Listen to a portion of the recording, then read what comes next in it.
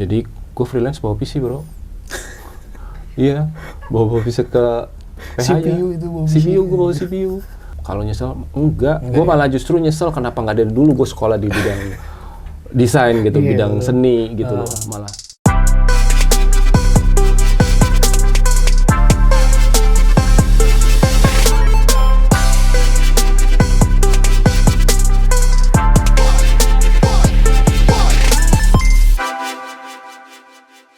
Halo masyarakat kreatif, jumpa lagi dengan gua Jenal, apa kabar?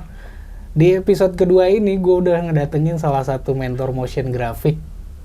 Dia adalah mentor Hello Motion Academy dan udah malang melintang di dunia industri kreatif. Nah, kenapa gua memanggil beliau? Karena banyak sekali pengalaman yang menarik yang bisa digali buat masyarakat kreatif Indonesia.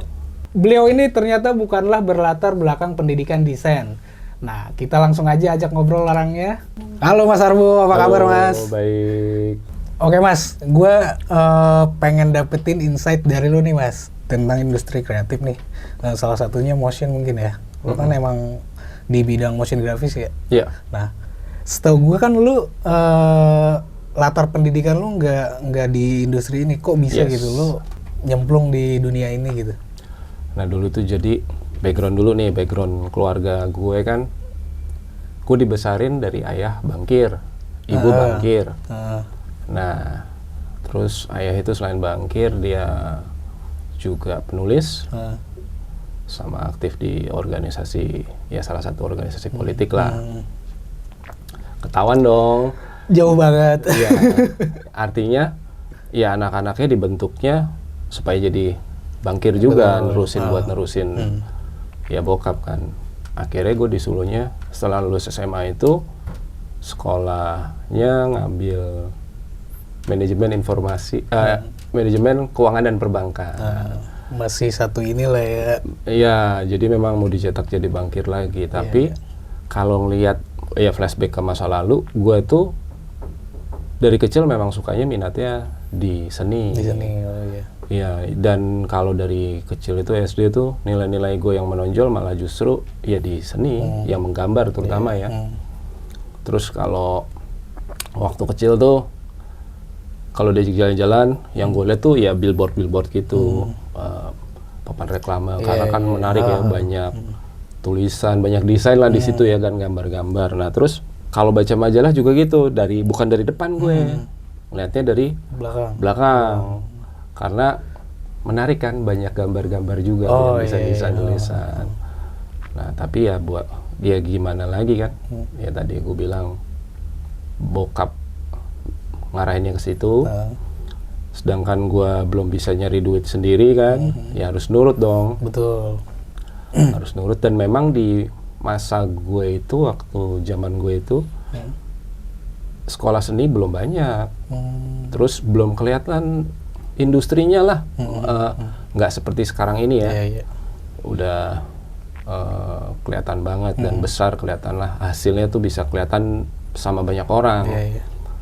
Ya udah mau nggak mau sekolah di situ, di Perbanas gue. Terus setelah lulus 1 bulan nganggur, habis itu kerja langsung masuk di bank asing HSBC. 3 tahun tuh gue, 3 tahun. Nah dulu tuh zamannya outsourcing, jadi masih kontrak. Jadi awal itu kalau lo kerja nih masuk kontrak dulu 1 tahun, abis itu perpanjang 1 tahun lagi. Nah setelah perpanjangan 1 tahun tuh total jadi 2 tahun, lo nggak boleh langsung lanjutin, harus pemutihan dulu. Terus baru setelah selesai 3 tahun, akhirnya gue selesai, karena memang ya belum beruntung lah. Tapi bukan berarti karir gue jelek, nggak bagus. Dan memang banyak ilmu yang gue dapetin juga dari perbankan ya kan. Setelah itu gue lanjut di bank lain. Nah itu masih di bank lagi nih? Masih, karena mantan bos gue itu pindah ke bank lain. Ngikut jadinya. Ya tahu kerjaan gue dulu udah kenal juga kan, ditarik. Ya udah di situ gue masuk di bank waktu Amex. Nggak lama tapi pas di Amex cuma 6 bulan. Nah tapi di situ ada sesuatu yang bikin gue nggak betah. Bukan karena bos gue yang manggil itu bukan. Tapi ada peraturan waktu itu gue karena card bisnisnya kan dibeli Danamon tuh Amex. Nah akhirnya gue mau dioper ke Danamon. Nah di situ gue nggak cocok tuh sama manajemen, orang-orangnya nggak cocok, gue nggak suka. Nah akhirnya gue resign. Nah tapi sebelum resign tuh memang gue udah minat untuk keluar. Dan kayaknya gue ceritanya tuh gue ketemu dulu sama teman gue. Kok di dunia perbankan begini kan? Terus gue ketemu teman gue, ternyata dia orang film, ngobrol-ngobrol. Ya udah, gue dapat wawasan dari dia. Oh ternyata udah berkembang nih. Terus akhirnya gue nyari sekolah. Karena gue kan pendidikan formalnya, backgroundnya bukan dari seni, desain atau seni, tapi perbankan. Nah terus gue selama itu belajar sendiri, yang nggak mudeng-mudeng lah, yang nggak bisa tahu secara basicnya kayak gimana, enggak. Akhirnya gue nyari sekolah dari tempat kursus lah, browsingnya nggak kayak sekarang ya pastinya ya. Kalau sekarang kan internet udah cepet. Nah terus akhirnya gue dapet lah Hello Motion. Memang ada waktu itu nggak cuma Hello Motion, ada salah satu lagi. Tapi ada hal yang menarik menurut gue, kenapa? Yang satu tuh pakai modul, based on modul. Nah pengalaman gue kan kalau kita belajar based on modul kaku, ya kan? Dulu kan kita kan kecil tuh penataran pakai modul-modul ya kan? Atau kursus-kursus udah pakai modul. Yang gue rasain tuh, ya si pengajarnya itu terpaku sama modulnya, jadi nggak dapat ilmu lain kita. Nah tapi pas gue ke Hello Motion gue cek nggak ada modul. Dan yang ngajar tuh praktisi. Nah akhirnya gue tertarik tuh daftar. Akhirnya gue sekolah. Itu sebelum gue keluar tuh. Itu tahun berapa tuh mas? 2007 akhir. Jadi gue berarti ini juga lo ya veteran. Iya, lumayan. Enggak lah, masih ada senior juga masih. Bagir ya? Ya salah satunya. Akhirnya ya gue nggak lanjutin tuh di bank tuh. Cuman 6 bulan di Amex, gue keluar. Ya udah gue nyemplung langsung terjun bebas tuh. Terjun bebas mulai dari nol. Berarti lu pas udah nih memutuskan buat keluar dari bank, akhirnya ngambil kursus, itu posisinya masih kerja di bank? Masih. Kursusnya pun gue masih kerja di bank. Kerja di bank sambil kursus gitu ya? Pulang kantor, gue ngambil kelas malam bro. Jam 8 waktu itu. Jam 8 sampai jam 10. Itu emang tahun-tahun segitu tuh kelas Hello Motion tuh ada yang sampai jam 11 malam, ada yang sampai jam 10. Ya, kelasnya sampai jam 10. Iya. Cuma kita bisa sampai jam 12 malam. Iya, sambil ngobrol. Ya. Setelah lo kelar kursus nih mas, masih tetap di bank apa akhirnya lo cabut? Kalau nggak salah kan gue lulus Februari ya. Februari itu gue dapat sertifikat. Kalau nggak salah gue resign dulu karena gue inget tuh dulu pas di bank terakhir itu. Oh iya mas, sorry. Lo ngambil kelas dulu, kelas motion berarti ya? Kelas motion graphic. Kelas motion graphic ya? Dulu kan cuman kelasnya tuh kalau nggak salah adanya video editing, animasi, graphic design ya? Nggak, graphic design belum ada. Motion graphic, video maker kalau nggak salah. Oh iya. Setelah lo selesai kursus tuh gimana tuh? Setelah gue dapat sertifikat, ya gue habis itu kan sebelumnya udah keluar tuh. Nah udah habis itu gue ditawarin ngajar udah tuh bulan Maret. Lo langsung ditawarin ngajar di Hello Motion? Di Hello Motion ngajar. Waktu itu mentornya kan yang ngajarin gue tuh pertama Mas Ardi Benyamin atau Mas Daeng. Terus abis itu Mas Dimas Agung. Dimas Agung betul. Nah abis itu Mas Ical. Mas Ical. Untuk 3D-nya. Masih 3D ya? 3D. Jadi gue belajar sama mereka tuh. Nah terus nggak lama Mas Daeng ngasih project tuh. Ngajak. Nah terus setelah Mas Daeng, Mas Dimas Agung. Ya udah jadi ya karena freelance ya nggak bisa dibilang nganggur juga ya. Iya. Karena freelance kan memang ya sesuai dengan panggilan kerjaan ya nggak. Terus ya udah sampai sekarang. Sampai sekarang freelancer. Freelancer. Berarti lu bisa disebut freelancer. Iya dong. Iya. Coba panggil lah.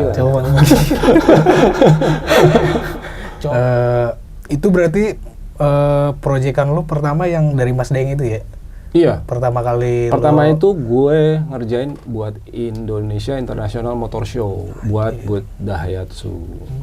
Terus gue, sama Mas Dimas tuh, Mas Dimas dipanggil buat freelance juga. Waktu itu buat PH-nya namanya This and That di Kemang. Waktu itu masih awal tuh, studionya di Kemang. Nah cerita nih, ini ada perbedaan masalah teknologi dong antara sekarang sama dulu ya kan. Dulu tuh kan komputer masih terbatas. Untuk belinya juga kadang kan inden atau orang harus keluar negeri kan. Yang setahu gue nih. Nah jadi spek itu masih nggak kayak sekarang lah intinya. Nggak segar sekarang. Jadi gue freelance bawa PC bro. Iya, bawa PC ke PH CPU itu bawa CPU, gue bawa CPU. Jadi waktu itu PH-nya kan juga baru awal ya, baru awal. Terus kurangan dong PC kan, jadi si freelancer, dan itu biasa sih memang freelancer suruh bawa alat sendiri. Nah tapi kan gue belum ada laptop, mau gak mau gue bawa PC dong. Dan laptop juga speknya kan nggak kayak sekarang.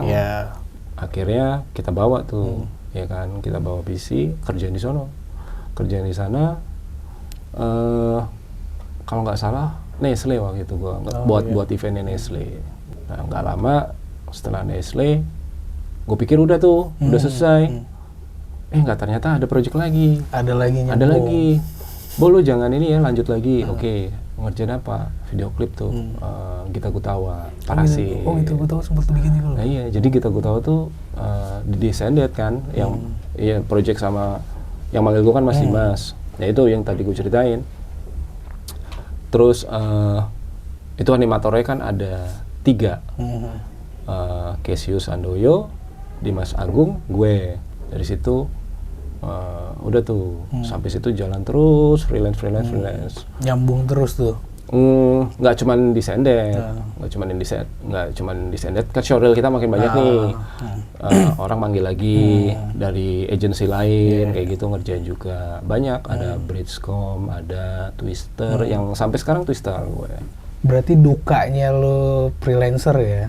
Zaman dulu tuh kayak gitu harus bawa-bawa alat sendiri. Betul.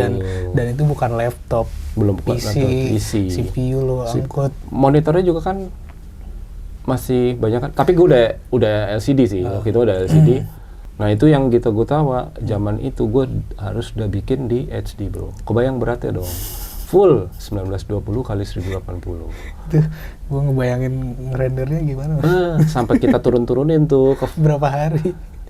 Berapa jam? Ya lumayan ya jam kan, karena dibagi tiap shot-shotnya dibagi kan. Gue ngerjain shot-shot dibagi-bagi.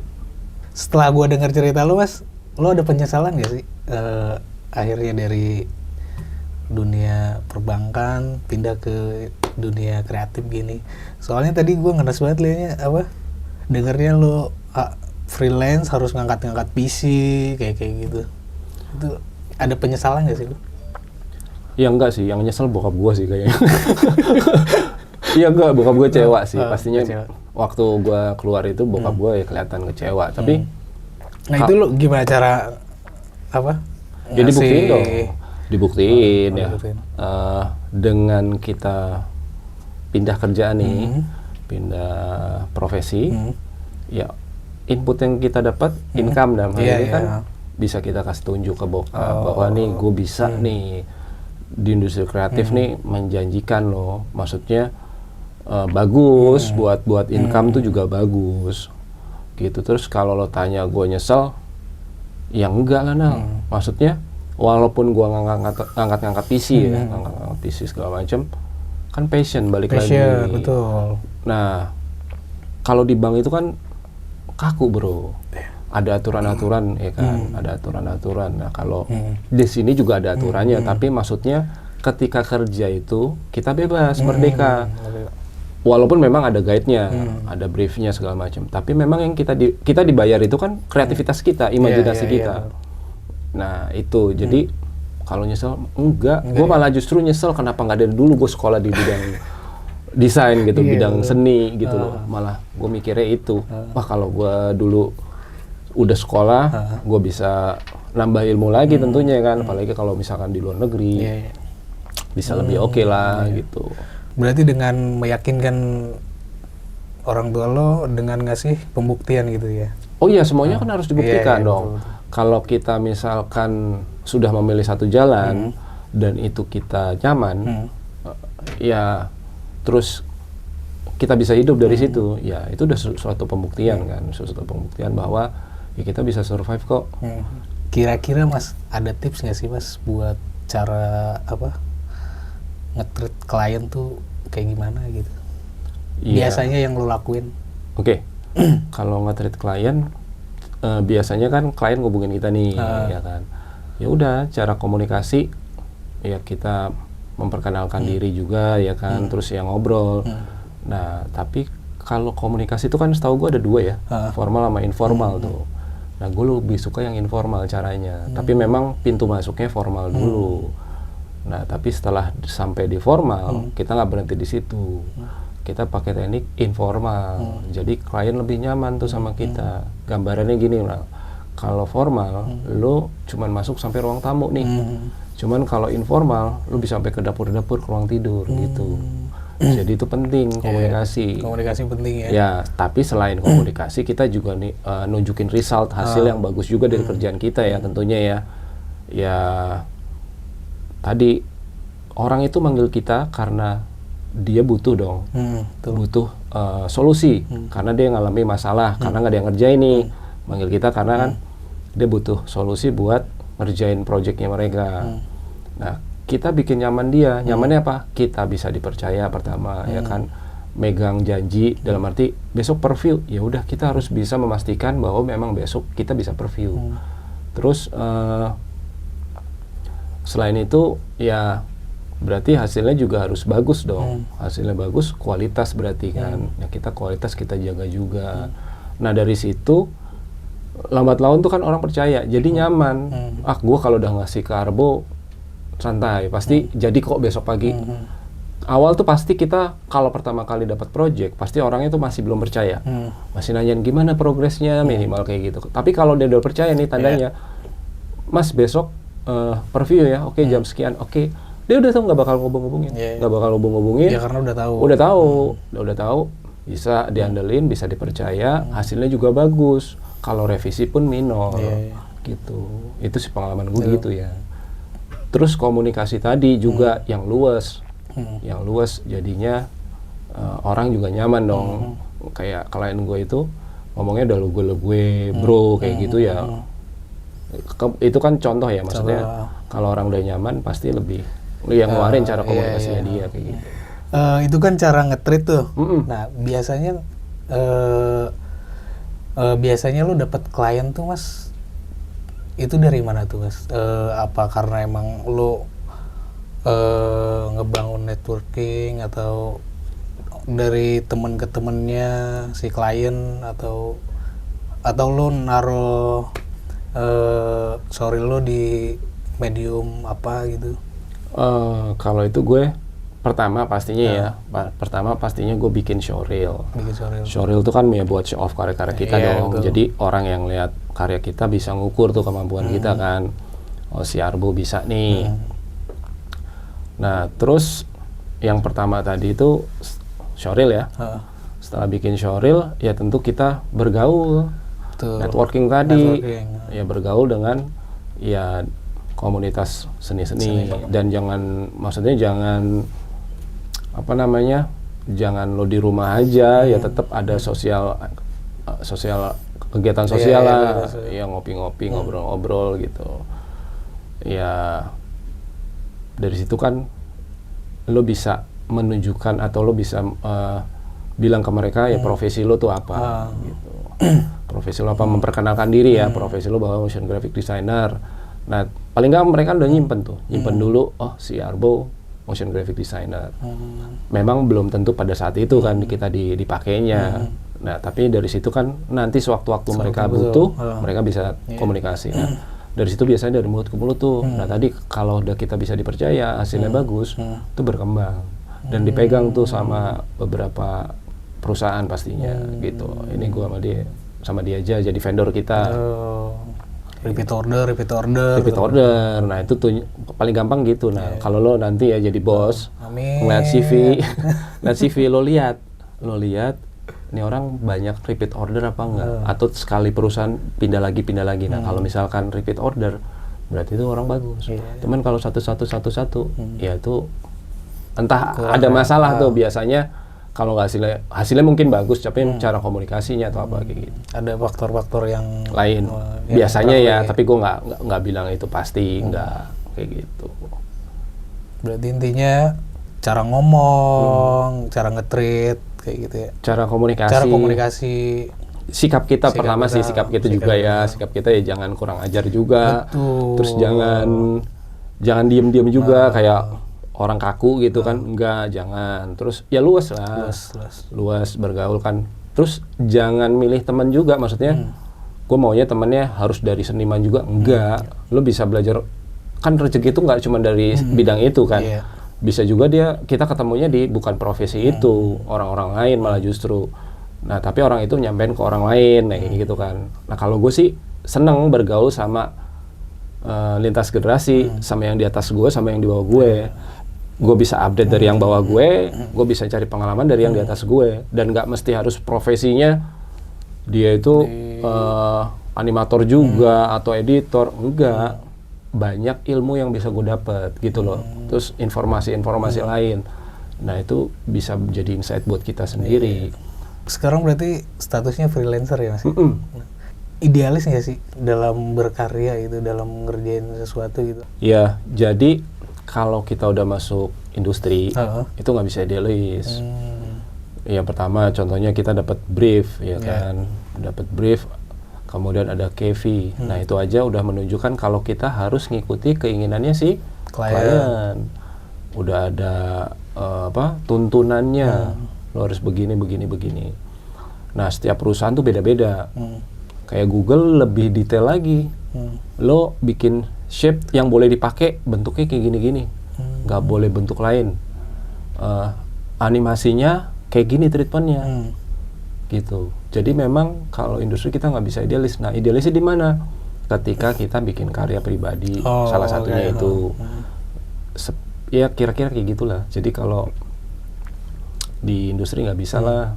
Soalnya ada Mas yang kayak gitu Mas. Banyak. Tapi itu bikin klien jadi nggak nyaman.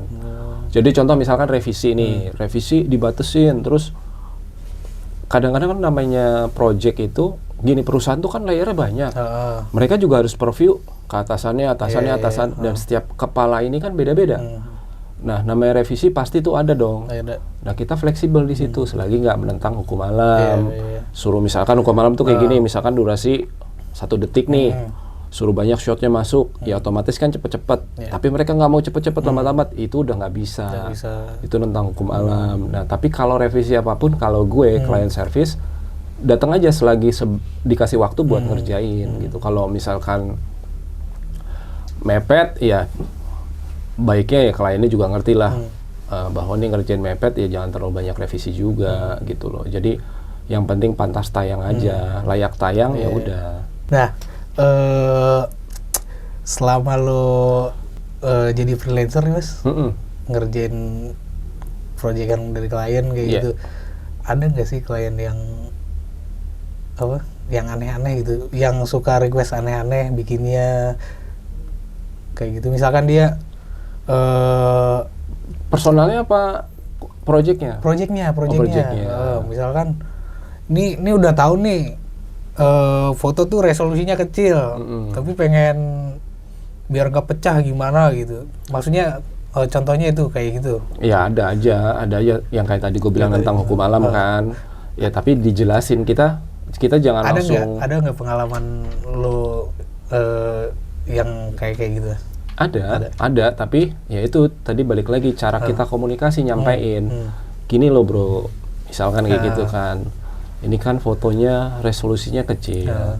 Nah kita bikin video nih di ukuran Full HD dari materinya aja rawnya udah pecah, ya nggak bisa lah kalau misalkan ditampilin pasti pecah juga. Jadi kalau bisa ya kita minta high res-nya lah ke kliennya lagi gitu. Jadi semua bisa diomongin lah sebenarnya. Yang penting yaitu kita ngerti tanggung jawab kita, ya kan. Tadi kalau sudah sepakat buat ngumpulin kapan delivery kapan, ya udah ngikutin ini aja lah ya, ngikutin apa briefnya dia. Bisa kita kembangin, bisa. Misalkan gini loh, klien tuh nggak selamanya kaku, nggak kaku banget juga, enggak. Memang kalau buat motionnya kita lah, kita bisa explore ya kan. Cuman ada guide-nya, nih. Ini jangan terlampau keluar. Ingat ini kan kalau misalkan klien korporasi ya lo harus nyesuaiin culture-nya korporasi itu apa, gimana. Nah biasanya lo nyari tahu dulu nggak sih nih kan mungkin di setiap proyekan yang lo kerjain lo nyesuaiin sama style atau guidelines si perusahaan itu apa gimana tuh Mas? Nah iya dong, gue pertama minta referensi pasti. Referensi jadi gue bisa tahu nih ekspektasinya klien, dia butuh motion graphic seperti apa. Nah kalau seandainya gue bisa ya gue terima. Kalau misalkan ini di luar dari skill set gue, ya udah gue jelasin ini di luar skill set gue, lebih baik jangan gue deh. Atau kalau memang kliennya tetap mau gue, misalkan ada 3D itu, ada konten 3D-nya, ya gue bilang ke klien, oke nih 3D-nya nanti yang ngerjain teman gue ya. Nah itu kaitannya sama budget kan, kayak gitu. Lo ada nggak sih Mas pengalaman buruk atau pengalaman yang nggak bisa lo lupain selama lo ngerjain proyekan dari klien gitu? Oh ada masalah komitmen ya. Komitmen artinya nggak sesuai dengan perjanjian di awal. Oh, ada yang kayak gitu ya? Ada. Nah itu hati-hati juga makanya. Iya. Kan freelance itu nih kita. Mungkin bisa sekalian kasih tips tuh buat di awal. Kalau lo mau ngejalin kerjasama sama proyekan kayak gitu sama klien. Setelah tadi ya masuk dari brief segala macam. Nah kalau baru nih orang baru mau hire kita, terus kita nggak dapat referensi dari temennya atau dari teman juga tapi kurang nih. Nah itu yang pertama siapin kontrak lah, kontrak. Nah tapi kontrak pun itu juga nggak menjamin. Karena apa? Ya gue pernah ngalamin udah kontrak, udah tanda tangan di atas materai. Nah tapi pas endingnya tidak dibayar sesuai dengan berbagai macam alasan ya. Itu pernah. Pernah juga udah selesai karena gue kerja buat teman gue. Pas hari H, ternyata orangnya nggak bisa bayar. Jadi kasus tuh, sempat jadi kasus. Padahal proyek kan udah kelar tuh. Udah delivery semua, dan udah dibuat latihan, waktu itu udah dibuat latihan, udah berhasil. Waktu itu buat pertunjukan drama musikal. Nah, udah selesai. Pokoknya pas hari H, orangnya menyatakan tidak mampu lah intinya. Ya udah, dari situ gue cuman dapet ya nggak sesuai lah intinya, nggak sesuai dari apa yang udah dikerjain. Nah pengalamannya kayak gitu. Jadi awal tuh ya tadi balik lagi ya. Nah itu tadi kontrak. Ya kan. Habis itu minta DP. Kalau baru tuh kalau klien baru jangan lupa minta DP. Paling nggak minimal 50% ya. Buat mencegah yang kayak gitu. Dan pernah juga briefnya apa, ekspektasinya apa, kayak nah ada beberapa orang kan peragu ya, jadi project itu nggak selesai karena dari dia juga tadinya ngomong A terus nanti B, itu balik lagi ke A. Nah itu adalah orang kayak gitu tuh ada. Selama lo jadi freelancer gitu Mas, ada nggak sih proyekan yang paling menantang menurut lo gitu? Kalau sekarang sih udah biasa-biasa semua ya, maksudnya udah biasa-biasa, tapi paling waktu aja yang waktu berkesan yang menantang gitu, yang menantang gitu. Semuanya sama aja sih. Ya. Belum ada yang istilahnya ya dulu oke, kayak misalkan baru ngerjain video klip gitu ketawa, wih asik nih. Cuman ya sini biasa-biasa aja.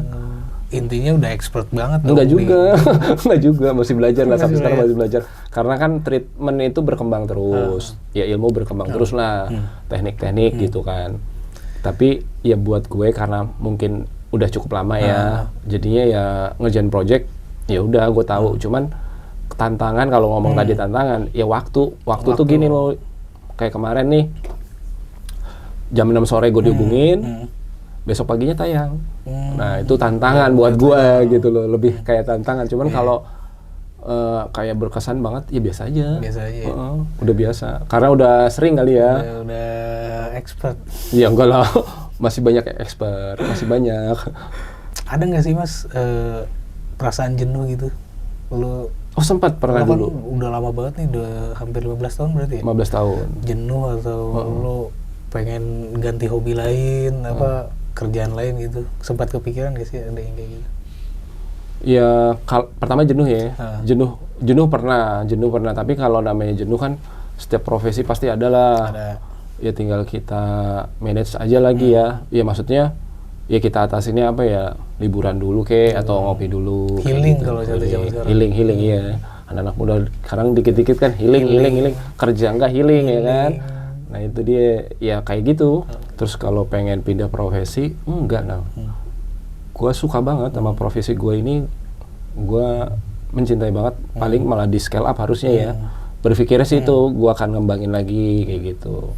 Cara ngatasinya kalau lo healing tuh Mas ya? Iya. Nah, cara healing lo seperti apa sih Mas? Kalau healing gue ya biasa aja lah, ngopi, baca, terus nonton film. Enggak harus film visual effect atau motion graphic, enggak. Jadi ya kayak dokumenter lo tonton. Ya intinya film-film tapi yang dengan kualitas bagus ya, gitu. Cukup sederhana sekali. Sederhana ya jalan-jalan keluar kalau perlu keluar. Ya sesekali ya keluar kota kayak gitu, keluar ngapain kayak. Akhirnya orang tua lo support sekarang.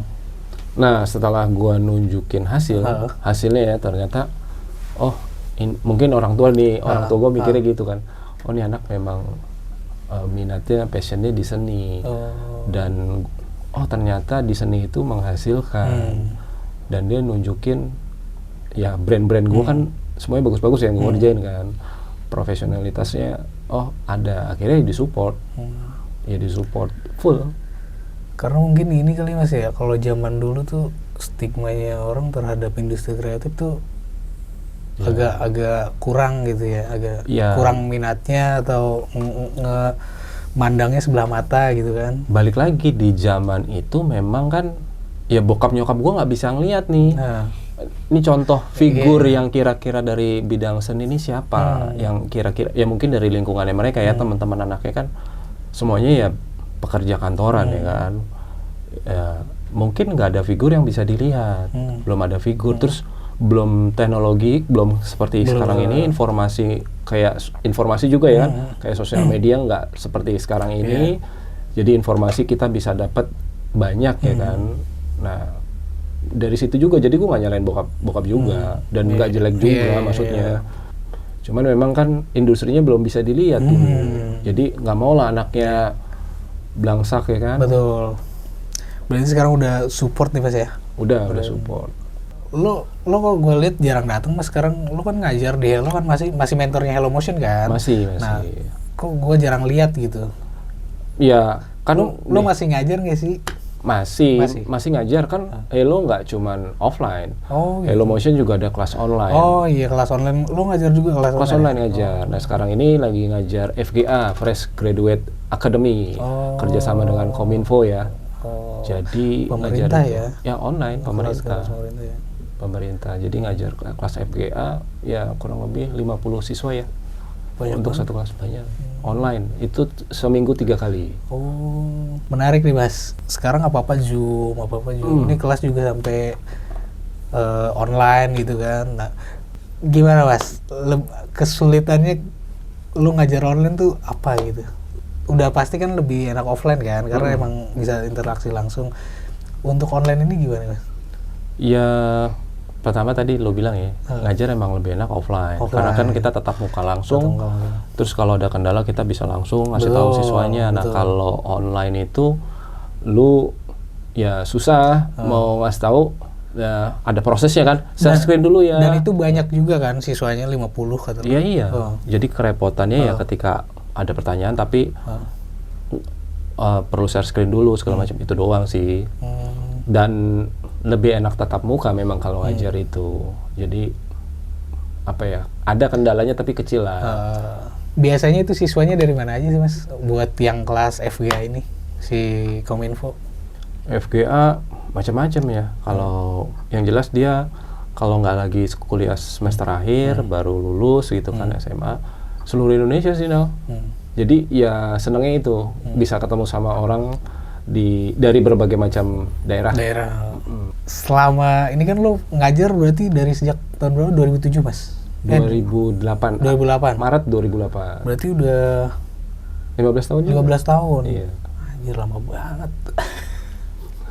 15 tahun. Ngajar terus di Hello Motion pasti tiap ya paling nggak sebulan ada satu mungkin ya. Tiap bulan ada lah yang ngajar ya. Iya. Dulu sih sempet ya kadang gua ngambil, nah sekarang kan bentrok sama freelance gitu. Nah, selama lo ngajar guys, ada nggak sih pengalaman ngajar lo suka dukanya lo ngajar gitu? Atau ada pengalaman yang selama ini masih lo inget gitu selama lo ngajar di Hello Motion? Ada. Ya pertama apa tuh? Gue pernah yang gue ingat sampai sekarang ya, pernah ngajar karena emang parah sih. Siswanya mabok, bro. Mabok. Sebelum masuk kelas. Ini ngajar offline. Offline. Oh. Jadi ternyata sebelum masuk kelas dia minum dulu, bro. Minum yang nggak tahu lah, pokoknya memabokan lah. Tapi kan gue nggak ambil pusing ya. Nah pas di kelas itu ada yang aneh. Ada yang aneh kan, ketika gue nerangin dia seolah-olah nyimak, tapi dia bertanya ya kan, nggak apa-apa dong. Orang nanya nggak apa-apa dong. Nah tapi pas gue pengen jelasin nih, ketika lo nanya misalkan kan, oke, nah jadi begini, oh iya mas, gue tahu. Jadi gue belum sempat jelasin, dia udah bilang, oh ya gue udah tahu. Padahal dia nanya. Nah awal sih biarin aja ya. Nggak lama gue pas pengen jalan, dia gitu lagi, ngulangin hal yang sama. Sama juga pas gue pengen jelasin, oh iya mas udah. Terus akhirnya gue cuma ngomong gini, mas kalau saya nerangin perhatiin dulu, baru nanti kamu kalau belum ngerti nanya. Nah tiba-tiba dia marah, emosi, ya namanya orang mabuk ya kan. Lo tau lah kalau marahnya orang mabuk lah kan, kebaca kan. Ya udah nggak mau ngomong teriak-teriak, ya udah keluar kelas, nantangin ribut kan, ya nggak gue ladenin. Terus saya sama security Hello, ya pada saat itu ya langsung diamankan. Kan ada saya juga pak. Apa? Ada saya juga. Iya benar. Ada. Terus gimana? 2014-an nih. 2014-an. Nah ternyata itu akhirnya rame tuh di depan tuh, ada security kan. Security akhirnya dia cabut, ternyata anak mami. Iya. Besoknya gue taunya anak mami, dia ngadu. Nelpon ibunya ke Hello, waktu itu diangkat sama Hello. Terus ngomel-ngomel tuh. Ibunya belum ngomel-ngomel, belum tahu berarti. Iya, yang gue tahu sih gitu ya, dia nelpon, yang gue dilaporin kan. Mas tadi ada yang ibunya orang tua ini telepon. Bilang apa? Ya pertama marah-marah, terus sama Hello dijawab, ibu tahu anak ibu. Terus ibunya diam kan. Akhirnya ibu itu jawab sendiri, mabok ya? Iya, dijawab sama Hello kan. Oh ya udah, anak saya yang salah katanya. Udah gitu doang. Si ibunya ternyata emang udah tahu anaknya. Iya memang kayak gitu. Iya memang sebelumnya gua mulai ngajar kan gua tanya dulu kan, kamu dari mana sekolahnya? Iya pas gua tahu ternyata memang ternyata dari sekolah pertama dia drop out, sampai ke akhirnya di Hello, ya kasus ya gue rasa ya kayak gitu. Ya, emang bermasalah. Ya sebenarnya sih gini ya. Cuman balik lagi jangan mabok, jangan. Gini loh, seniman tuh selalu dikaitkan dengan kayak gitu kan. Hal yang mabok sebenarnya enggak. Maksud gue nggak ada alasan lo untuk melakukan pekerjaan seni itu lo harus mabok dulu biar enjoy atau apalah alasannya. Enggak, bullshit itulah. Itu biasanya alasan kayak gitu. Iya, alasan kayak gitu kan, seniman biar enjoy, biar relax harus kayak gini. Biar dapat bisa. Ilham, inspirasi kan. Itu mah alasannya dia aja. Jadi pengen mabuk aja itu. Ya kalau bisa mah jangan mabuk-mabukan. Ada lagi nggak sih tantangan lu selama mengajar atau muridnya yang kan unik-unik tuh murid? Iya, setiap orang pasti murid. Iya, ada nggak sih lu? Ya ada aja yang kayak gitu model-model tuh, tapi nggak sampai berantem ya, nggak sampai nantangin berantem gitu, bukan yang berantem, maksudnya yang lain gitu, yang aneh-aneh. Yang aneh-aneh. Ada cara komunikasinya dari awal kita lihat aneh, tuh ada. Terus ada yang kita tegur, temennya yang marah ya, bukan yang kita tegur. Ada juga. Ya di sini kalau gue lihat kan di Hello Motion juga ada tuh kelas kelas PM. PM, kelas PM. Kan di Hello Motion juga ada kelas PM tuh. Profesional multimedia ya. Profesional multimedia. Nah itu kan kebanyakan memang dari nol mulainya kan. Nah di situ kan anak-anak baru, dia belum tahu, karena belum pernah kerja juga di industri kan. Nah itu biasanya masih ya gayanya mereka. Nah dari situ kita ajarin juga ke mereka bahwa selain skill set tuh ada loh namanya mental. Mendingan ya mental tuh kan harus lo latih juga. Lo kerja di mana aja juga pasti ada. Intinya ketika lo nanti lulus kelas PM terus ya syukur-syukur langsung bisa kerja. Ya lo tahu gambarannya nih di industri tuh begini. Jangan lo sampai lo dipecat atau dikena sanksi segala macam. Ya gue kasih tahu ke mereka makanya. Ada nggak yang pernah lo coba ngasih apa? Wah jangan kayak gitu, siswanya nggak terima gitu? Ya nggak ada lah, nggak ada ngasih tahu. Ya karena kan memang mereka bukan memang anak baru kan, jadi ya terima. Itu semua kan nggak ngerti kan, maksudnya masih baru-baru gitu kan. Oh ada yang gue bilang yang dia marah terus ya itu urusan pribadinya dia ya. Tapi teman-temannya termasuk yang gue tegur itu terima dia. Biasanya dalam berkarya lo dapat inspirasinya dari mana sih? Apa dengan cara apa lo nyari inspirasinya gitu? Ya kalau inspirasi banyak hal ya. Jadi ya pertama kita nontonin film. Tadi ya karya-karya orang lah. Yang pertama kalau motion graphic ya kita ngeliat karya-karya animator lain ya, motion graphic designer lain. Sekarang kan sumber referensi tuh banyak. Nggak kayak zaman gua awal dulu Zaman gua awal tuh tahun 2008 itu. Internet kan masih dial-up. Ya kan? Susah dong, mau nonton aja itu susah banget. Nah kalau sekarang tuh udah banyak kan. Nah dari situ kalau gue inspirasinya ya gue lihat karya-karya orang, pertama yang emang relate sama motion graphic, yang kedua film. Nah film itu nggak terbatas hanya film visual effect atau film animasi, enggak. Gue belajari semuanya karena dari film itu kita bisa belajar kan, kayak contoh cut-to-cut-nya, gesturnya, warnanya, habis itu frame-nya kayak gimana, cara pengambilan gambarnya ya. Nah itu bisa kita pelajari banyak lah. Nah itu kan kerekam secara nggak langsung. Bisa jadi referensi lah ya dalam berkarya lo. Menurut lo nih Mas, seberapa besar sih peluang buat berkarir di jadi motion graphic gitu di Indonesia? Besar Seberapa banget. besar? Besar banget. Besar banget. Besar banget. Dan kalau dulu kan pekerjaan kreatif itu ya desain dan segala macamnya itulah. Itu kan kalau perusahaan biasanya markom ya, divisi tertentu, departemen tertentu markom. Kalau nggak corporate secretary kan, korsek.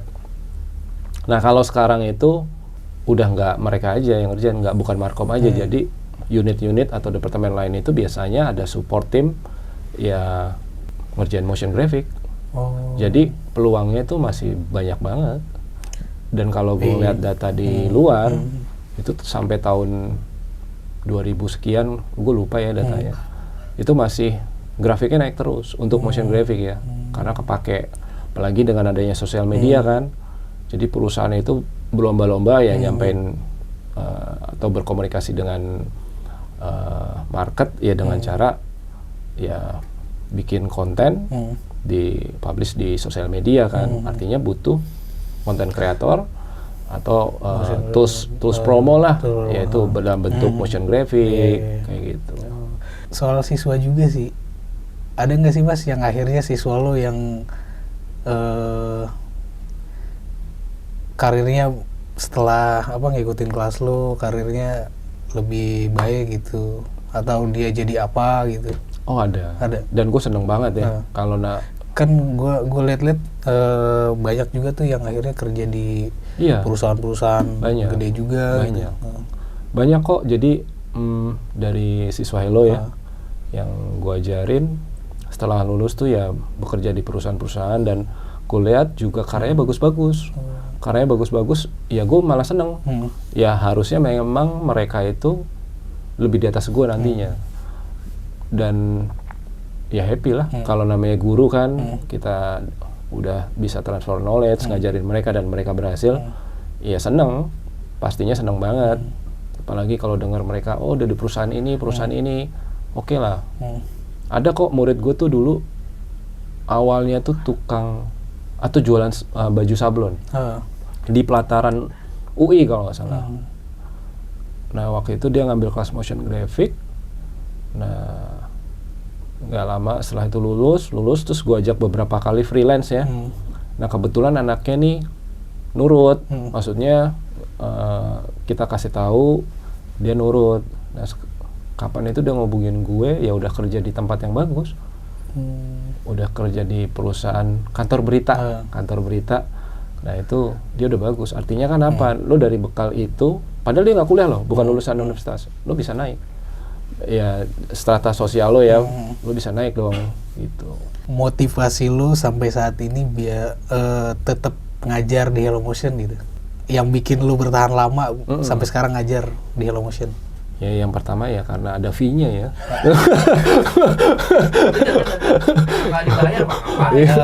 Betul. Kan maksudnya ya enggak lah. Sebenarnya kalau itu motivasi gue ngajar, gue suka ngajar.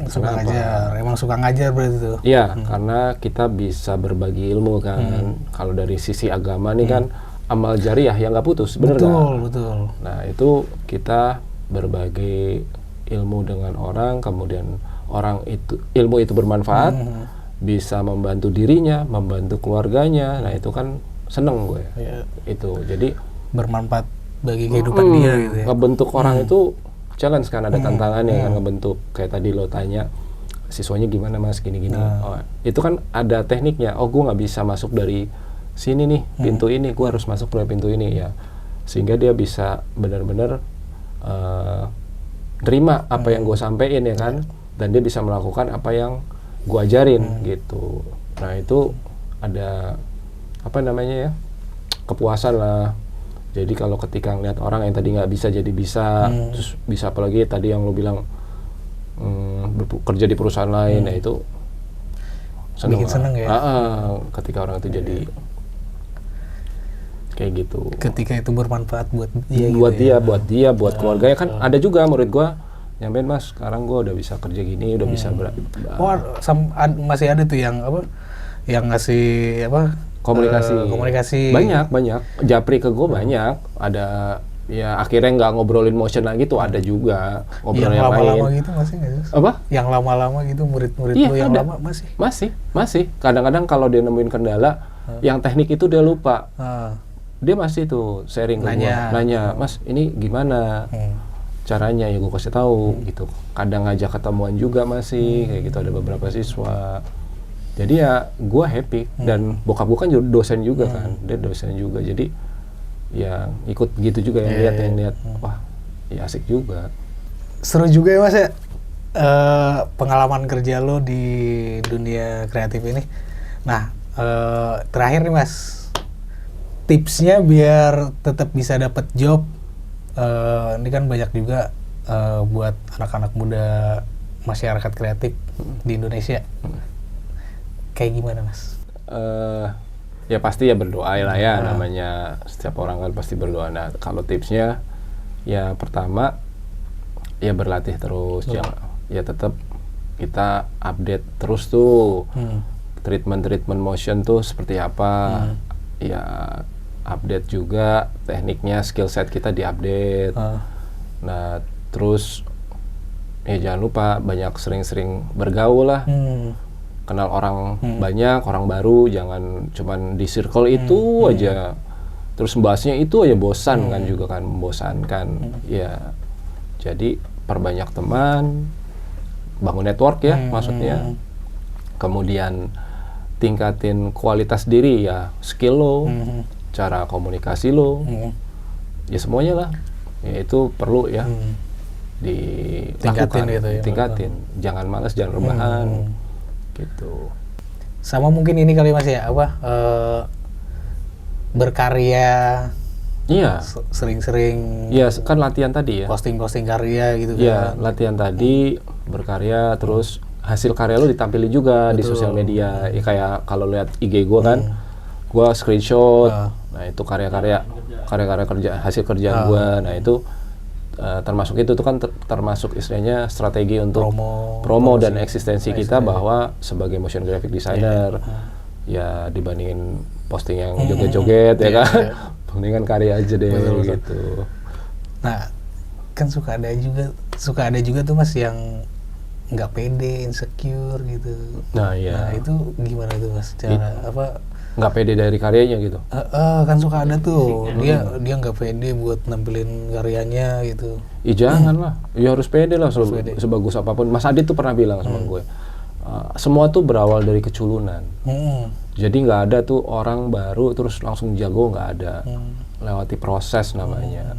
Ya ada tahapan-tahapannya sampai dia akhirnya dilihat karyanya ya kan, diakui. Nah itu pesannya Mas Adit pernah sampaikan ke gue tuh itu. Jadi semua itu berawal dari keculunan dulu. Jadi jangan takut. Misalkan nanti nggak di like orang, masa bodoh. Namanya seni itu, kalau gue sih ya, seni itu kan luas bro. Betul. Perspektifnya banyak. Orang lihat dari sana, dari sini kan beda. Lu mau dibilang jelek, ya terserah. Tapi sebenarnya memang kalau karya jelek sih mutlak, emang bagus relatif. Tapi kalau jelek memang mutlak. Nah, lu pernah nggak sih terlibat itu Mas? Kerja sama bareng Mas Wadid? Oh, pernah. Pernah sekali. Waktu itu ngerjain buat G20. Ya, yang pemerintah itu ya? Jadi gua tugasnya di situ sebagai kompositor. Jadi apa tuh Mas kompositor Mas? Kan bagian apa itu? Prosesnya nih gampangnya ya. Prosesnya kan pertama ya setelah jadi storyboard, terus kemudian dibentuk ilustrasinya, kemudian ilustrasinya digerakin. Nah, kemudian digabunginnya di gue, diraciknya, di mixnya. Jadi kan gambar itu ada foregroundnya, ada backgroundnya, terus ada efek-efeknya. Nah itu yang gabungin gue. Baru setelah itu di editing. Setelah dianimasi gitu kan, ada animatornya Mas Wawan, terus Mas siapa lagi? Ada timnya. Ada timnya, jadi masing-masing. Ya ideal lah. Untuk kerjanya sangat ideal. Jadi benar-benar ada yang tugasnya masing-masing lah, dengan skill setnya masing-masing. Yaitu buat G20, buat Departemen Pendidikan kalau. Nah itu berarti lu kerjanya bareng satu tim sama Mas Wadid tuh? Iya, satu tim. Gimana tuh Mas rasanya? Keren sih. Menurut Mas, beliau itu kayak gimana kerja? Keren, maksudnya sesuai lah, nggak yang ragu atau enggak. Jadi memang detail. Pertama itu, Mas Adit itu detail. Mas Adit detail. Kemudian unik. Kalau gue bisa lihat, memang nggak mau karyanya tuh pengen beda gitu. Harus ada yang beda dan memang benar bagus gitu. Jadi punya ciri khas lah, intinya punya ciri khas. Memang ini karyanya Mas Adit gitu loh. Jadi yang bentuk-bentuknya juga nggak yang biasa-biasa aja. Seru, maksudnya seru sih ngerjainnya dan asik karena waktunya juga dikasih waktu yang benar dengan waktu timelinenya benar. Kita harus akhiri perbincangan ini karena beliau sendiri juga banyak kesibukan di luar sana. Thank you Mas Arbo udah datang ke sama-sama. Thank you banget. Hello Motion buat jadi narasumber di ngobrolnya anak kreatif. Sampai jumpa lagi di episode berikutnya di Ngobak ngobrolnya anak kreatif. Salam kreatif sampai mati.